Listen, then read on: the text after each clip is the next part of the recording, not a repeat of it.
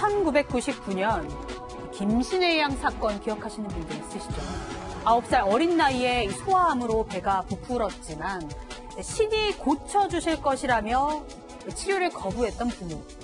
뼈명 앙상하게 나나 고통을 삼키던 이 신혜 양의 사건이 세상에 알려지며 사회의 경종을 울렸죠.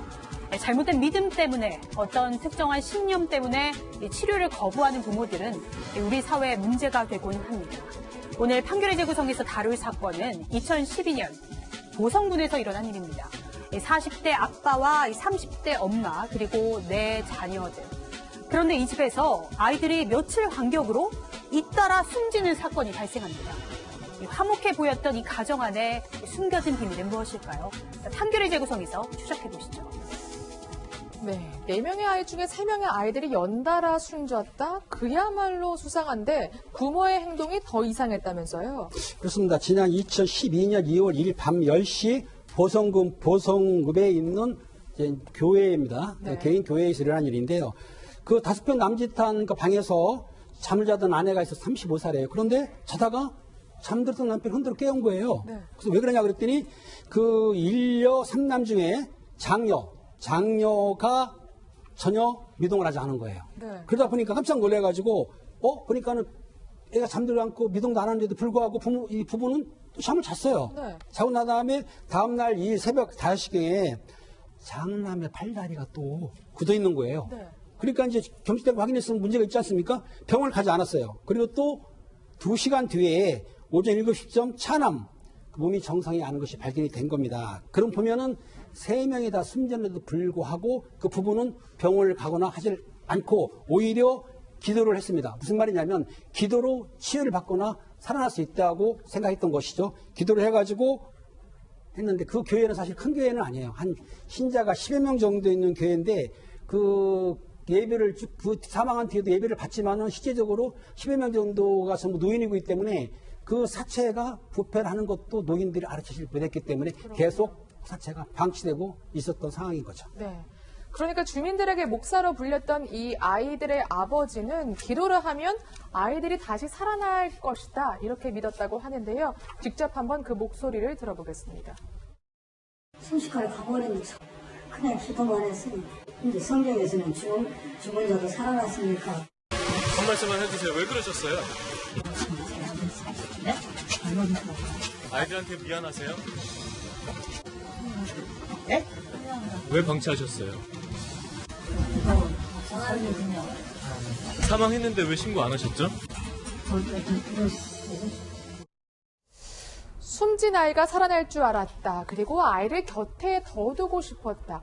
그런데 이 말을 고지고대로 듣기에는 수상한 점이 있었다고요. 네, 의도적으로 이 사실을 숨기려고 하는 정황들이 되게 많았다라는 겁니다. 첫 번째는 담임교사였는데요. 4, 5일이 지나니까 이제 6일이 됐을 때 개학을 하는 거죠. 그렇죠. 첫째 딸과 둘째 아들 같은 경우는 학교를 가야 되는데 오지 않으니까 담임 선생님이 아마 전화를 했나 봅니다. 그랬더니 아이가 폐렴 때문에 학교를 갈 수 없다. 이런 식으로 한 10여 차례 계속 거짓말을 해서 속였다라는 거죠. 또 신도들이 아니 무슨 냄새가 나는 것 같은데 하니까 음식 썩은 냄새라고 하면서 이 사실을 무마를 했다라는 겁니다. 근데 그중에 고모부가 있었는데요. 아이들이 굉장히 이뻐했던 것 같습니다. 근데 고모부가 아이들이 뭐 어린이집도 안 가고 학교도 안 가다 보니까 의심스러워서 오게 된 거죠. 근데 못 들어가게 하다 보니까 의심스러워서 이제 문을 부수고 들어갔더니 그 아이들이 죽어 있었던 겁니다. 그렇군요. 그러니까 수상하게 여긴 친척이 집을 방문하면서 부부의 거짓말이 들통이 난 겁니다. 직접 한번 경찰의 이야기 들어보시죠. 살 먹은 애가 이제 어린이집을 다니는데 며칠 동안 어린이집에 안 나오는 거예요. 혹시 무슨 일이 있느냐 그렇게 얘기를 하니까 애가 지금 감기가 걸려가지고 현재 치료 중이니까 신경 쓰지 말고 가라. 문을 부수고 들어갔는데 그 방에 이렇게 애들이 부패가 된 상태로 세 명이 죽어 있었던 거죠. 고모부가 이제 신고를 하게 됩니다. 그러니까 아이와 더 함께 있고 싶어서 경찰에 신고도 하지 않았다는 부부의 말은 거짓말이었던 겁니다. 이 부부의 거짓말 여기서 끝나지 않았는데요. 마을 사람들에게 목사로 불렸지만 진짜 목사는 또 아니었다고요. 그렇습니다. 그 네. 목사로 불린 그 남편이 사실은 광주에서 고등학교를 중퇴하고 검정고시로 나온 분인데 실제로 목사하려고 그러면 신학교 나와서 안수를 받고 목회를 해야 되는데 그렇지 않고 정규 신학교를 나오질 않았어요. 그런데도 불구하고 2009년 3월경에 그 지방도로 변모퉁이에다가 60평 규모 이제 기와집을 진 거예요. 그리고 예배실이나 11평 정도로 해가지고 그 안방 주방을 갖춰가지고 일반적으로 이제 교회 하면서 주택으로 이제 하고 있었는데 교회는 많지가 않았던 것 같아요, 교인들이 많지 않고 한 10여 명 정도, 특히 또 나이 드신 분들이 이제 시골이니까 왔다 갔다 하면서 그 했었는데, 그 교회 내부에는 사실상 보면 우리가 선교제라든지 그 광고지 같은 게 있거든요. 네. 그런 건 갖췄어요. 그러니까 교회 형식은 갖췄지만은 화장실도 뭐 외부 화장실 깨져 있고 좀 복잡하게, 그러니까 쓰다란 모임도 있었기 때문에 교회라고는 하지만은 이런 일반적인 교회가 아니고 개인 교회라서 열악한 환경에 교회를 운영했던 거죠. 지금 현장 보시면 정말 교회같이 꾸며놨습니다. 그렇기 때문에 신도들도 정말 진짜 안수를 정식으로 받은 목사인지 크게 의심하지 않았던 것 같습니다. 정말 이 목사의 거짓말 어디까지일지 궁금해지는데요. 아이들이 아픈 건 맞았어요, 변호사님, 그럼? 예, 그 아픈 건 맞았습니다. 네. 그 사건이 발생하기 약 한 보름 전에 아이들이 지금 감기 증세를 보여서 그 어린아이 둘, 1살하고 5살짜리 자녀 둘은 소아과의 산실에 진료를 받기도 했고요. 나머지 이제 8살, 10살 난 자녀 둘은 그 약국에서 사온 감기약을 먹인 것으로 확인됐습니다. 근데 이 아이들이 감기가 걸리니까 이 부부들은 기도로 감기를 낫게 한다면서 그 사망 약 한 일주일 전부터 금식 기도를 시작을 했고 네. 그 이외에 달리 뭐 의학적인 조치를 받게 한다거나 그런 일은 하지 않았습니다. 네.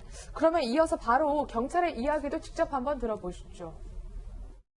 그 진술 내용은 감기가 이렇게 폐렴으로 전이가 돼가지고 금식 기도를 하면 나을 거다. 그렇게 좀 진술을 하고 있습니다. 그것은 목사 그 진술일 뿐이고. 물론 뭐 절실한 소망 사항이 있으면 금식 기도를 할 수 있습니다. 그런데 이 부부만 금식 기도를 한 게 아니라 아이들에게도 금식 기도를 강요했다고요. 사실 아이들의 그 시신을 부검을 해보니까 네. 거의 음식물의 흔적이 없었습니다. 이 부부는 경찰 조사에서 아이들에게 죽 등을 끓여 먹이려고 했지만 아이들이 먹지 않았다 이렇게 진술했는데요. 이 부검 결과 이 첫째와 셋째는요 아주 약간 정말 미량의 음식물을 먹은 흔적이 발견됐는데 아무래도 정말 오랜 기간 동안 음식을 먹지 않다 보니까 아이들이 얼마나 배가 고팠겠습니까? 그래서 아무래도 몰래 방을 나와서 뭐 냉장고나 이런 곳에서 조금의 음식물을 섭취한 것으로 보입니다. 네. 근데 부부는 이렇게 경찰에게 해명을 했습니다. 아이들이 스스로 먹지 않은 것이다. 프로팔러님께서 어떻게 보세요? 아이들은요, 욕구가 있다고 했을 때 가장 기본 욕구를 채우는 것들이 자신들의 가장 큰 목표입니다. 아이들은 목적을 위해서 기본 욕구를 억압할 수가 없습니다. 그렇기 때문에 어른들하고 좀 다른 사고 구조를 가지고 있어서 먹을 게 있는데 굶었는데 어떻게 안 먹을 수 있겠습니까? 더욱이요, 아이가 굶더라도 엄마는 그걸 먹이는 것이 의무입니다. 그리고 아이가 아프다고 못 먹는다고 하면 닌겔이라도 맞추고 병원에 가야 합니다. 그 과정 자체가 다 이 진술에는 생략되어 있습니다. 네, 현장에서 이러한 일기장도 발견이 됐습니다. 아마 숨진 3남매 중 한 명이 쓴 것으로 추정이 되는데요. 2012년 1월 20일 TV를 보았다. 재미있다. 런닝맨이 재밌었다.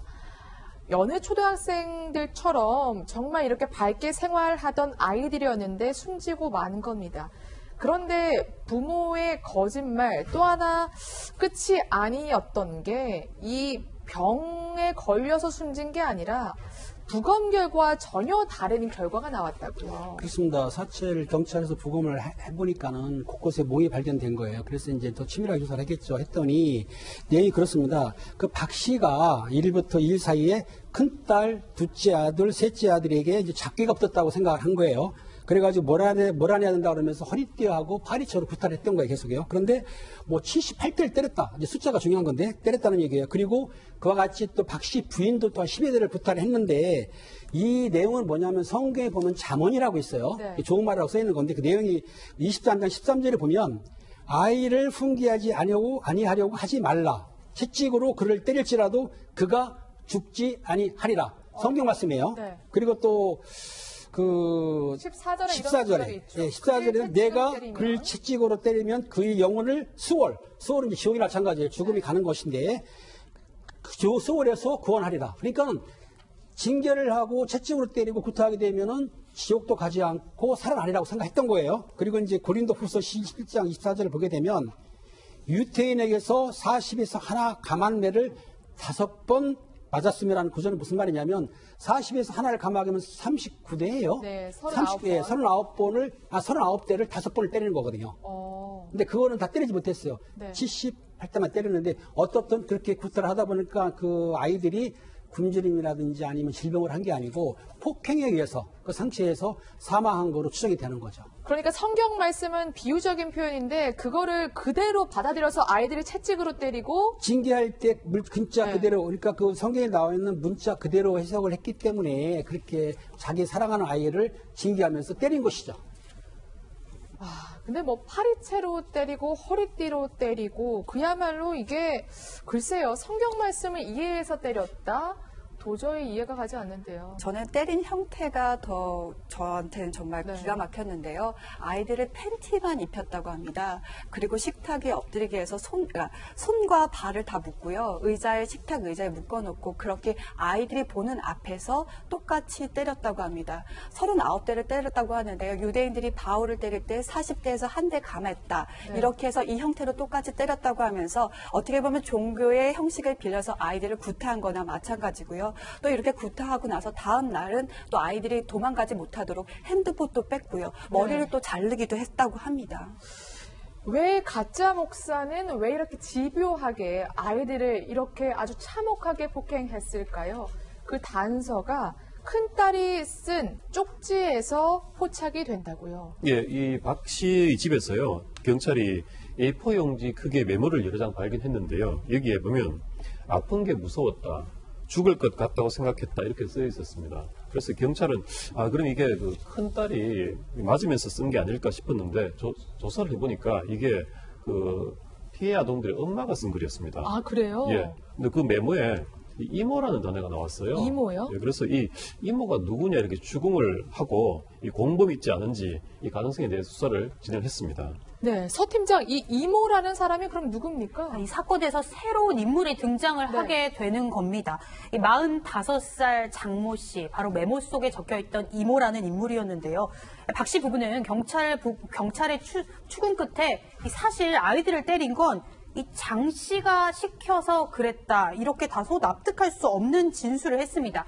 경찰도 사실을 확인하기 위해서 이 수사진을 급파해서 장 씨를 체포했는데요.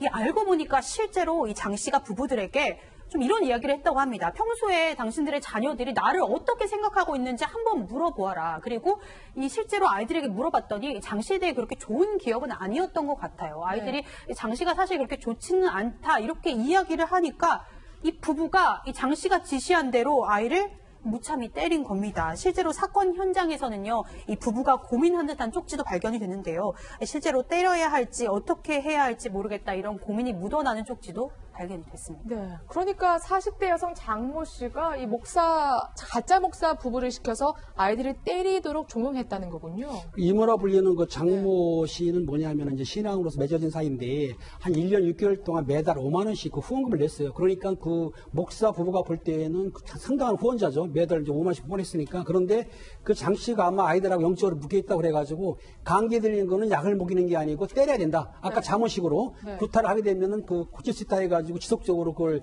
갖다 강요를 한 거죠. 그러니까는 부모들은 장 씨 말을 믿고 계속 아까 보다시피 구타를 했던 거예요. 그리고 채찍으로 때리고 맞아서 사망했을 때에도 그걸 빨리 병원 가든가 알려야 되는데 다른 사람에게 알리지 말라고 하면서 그걸 숨기게 했던 것이 바로 그 장모 여인인 거죠. 네. 변호사님, 그런데 이 40대 여성 장모 씨가 돈까지 이 부부에게 뜯어낸다면서요? 예, 그렇습니다. 사망 네. 직전에 이 피해자 박 씨한테 전화해서 이 장모 씨가 이 가진 것을 모두 놓아야 한다. 그 당신들의 땅을 팔아서 그 돈을 전부 자신에게 주어야 자녀들 몸속에 있는 귀신을 쫓을 수 있다. 이렇게 거짓말을 해서 속인 상태였고요. 그 다음에 이 자녀들이 이제 죽은 바로 직후에도 이 죽었다고 얘기를 전해주니까 이 장 씨가 피해자 측한테, 이 박 씨 측한테 이게 죽은 게 아니라 귀신을 감당하기 위해서 잠시 혼을 빼놓은 것이다. 그 땅을 판 돈을 자신한테 줘야지 아이들이 살아날 수 있다. 이렇게 거짓말을 또 해서 이때 이제 700만 원을 받고요.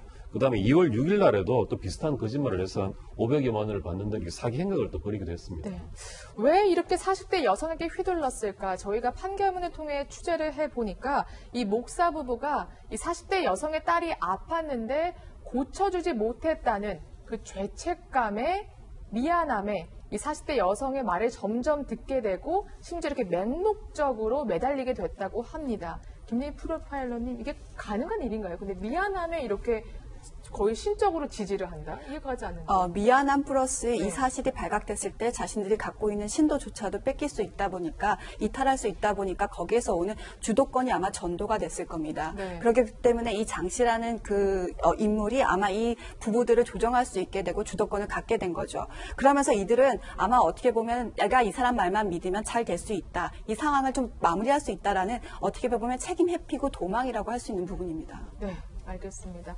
이 아이들 부모와 40대 여성 장모 씨 결국 법정에 서게 됐는데요. 변호사님은 어떻게 처벌을 받았습니까? 예, 그 상해치사 혐의로 구속 기소돼서 처벌을 받았는데요. 1심에서 이 교사한 그 장모 씨는 징역 10년, 그 다음에 네. 아이들의 그 아빠도 징역 10년, 그 다음에 아이들의 엄마는 징역 3년 이렇게 선고를 받았고요. 그 항소를 했는데 이 그 장모 씨는 징역 10년이 그대로 유지가 됐고요. 네. 그다음에 아이들 아빠는 징역 10년에서 7년으로 감형이 됐습니다. 그다음에 아이들 엄마는 3년을 받았다가 집행유예로 또 감형이 됐습니다. 그 감형 이유는 이 부모가 아이들을 해치려는 의사가 있었다기보다는 종교적인 그 잘못된 믿음으로 분명했다는 점을 감안해서 참작한다, 이렇게 이유를 밝혔습니다. 네, 알겠습니다. 시청자 질문은 있습니다. 60초 후에 시청자 질문과 함께 돌아오겠습니다.